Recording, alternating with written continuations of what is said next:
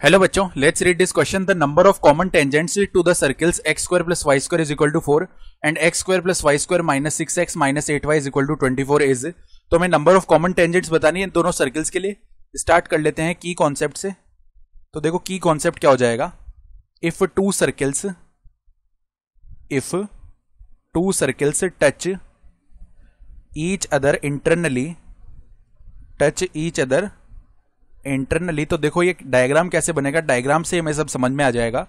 मान लो ऐसे एक सर्किल है, ठीक है, ये इसका कोई सेंटर है, इसके अंदर मान लो हमारे पास देखो यहां पे इसका सेंटर है, इसके अंदर मान लो एक ऐसा दूसरा सर्किल है, ठीक है।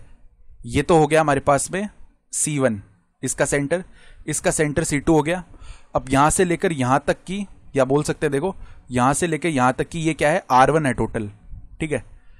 जो बाहर वाला सर्किल है उसके लिए रेडियस, और जो यहां से लेकर यहां तक की पूरी डिस्टेंस है वो मान लो R2 है, ठीक है। तो अगर ये इस तरीके से हो रहा है तो C1 C2 को हम क्या लिख सकते हैं, C1 C2 को हम लिख सकते हैं R1 माइनस R2, यानी जो बड़े वाले सर्किल की रेडियस है माइनस छोटे वाले सर्किल की रेडियस। तो ये हो गया। अब इस केस में नंबर ऑफ कॉमन टेंजेंट कितनी आएगी, केवल एक ही कॉमन टेंजेंट आएगी, कुछ इस तरीके से जाती हुई, ऐसे टच करती हुई केवल एक ही कॉमन टेंजेंट आ रही होगी, ठीक है। तो अब हमारा देखो पहला सर्किल कौन सा है, सर्किल C1 बोल देते हैं, x square plus y square is equal to 4। तो ये तो स्टैंडर्ड फॉर्म में ही है। ऐसा सर्किल जिसका जो सेंटर है ओरिजिन है, तो सेंटर इसका C1 क्या हो जाएगा 0,0, और रेडियस लिखेंगे R1, तो वो क्या हो जाएगी √4 जो कि 2 होता है। फिर दूसरा जो सर्किल है उसकी इक्वेशन देखो क्या है, x square plus y square minus का 6x देन माइनस का 8y, ठीक है, और माइनस का 24 दैट इज इक्वल टू 0। तो इसके लिए जो सेंटर C2 है वो कैसे लिखेंगे, minus of G comma minus F।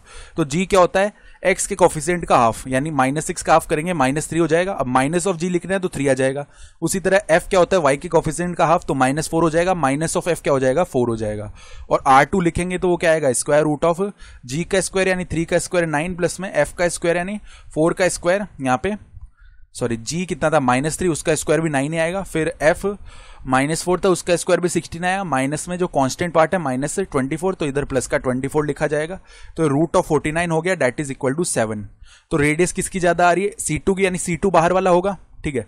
तो हम क्या बोलेंगे यहां से, अगर C1 C2 निकालेंगे हम, C1 C2 देखो क्या आएगा, स्क्वायर रूट ऑफ 4 माइनस, या पहले आएगा 3 माइनस 0 का होल स्क्वायर प्लस में 4 माइनस 0 का whole square, that is equal to √9 plus में 16 that is √25 that is equal to 5। और R2 माइनस R1 करेंगे। अब R2 माइनस R1 क्यों कर रहे हैं, क्योंकि R2 ज्यादा आ रही है ना R1 से, तो बड़ी वाली जो रेडियस है उसमें छोटी वाली घटा देंगे, तो 7 minus 2 that is equal to 5। तो ये दोनों आपस में इक्वल आ रहे हैं। तो इस केस में हम क्या बोल सकते हैं, इस केस में बोल सकते हैं ये दोनों इंटरनली टच कर रहे होंगे। तो अगर इंटरनली टच कर रहे हैं तो नंबर ऑफ कॉमन टेंजेंट्स इस केस में 1 ही आएगी, तो ऑप्शन बी सही हो गया। I hope you understood this explanation. Best of luck.